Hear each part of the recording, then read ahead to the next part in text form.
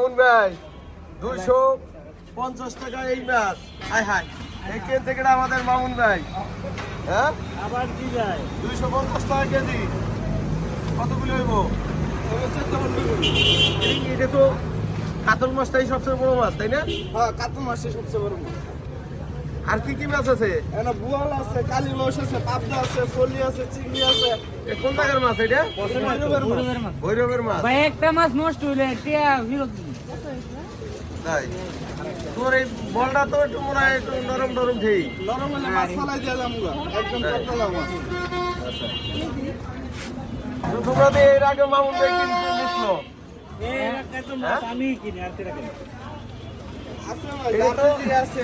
এটা তো নর্মালে 300-400 টাকা কেজি হইব, 350 টাকার নিচে হইব না বলে আর মাছ মাছ আছে।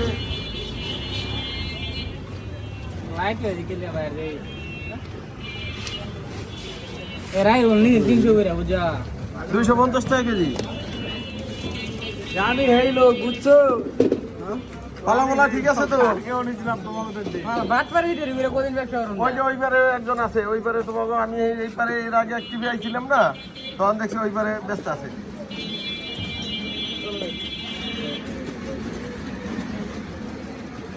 আমরা বলে অন্য জায়গায় নিয়ে মাপমু।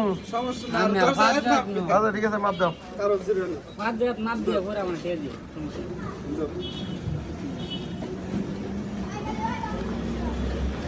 কত হইলো আড়াই কিলো বাইরের মাছ দিতে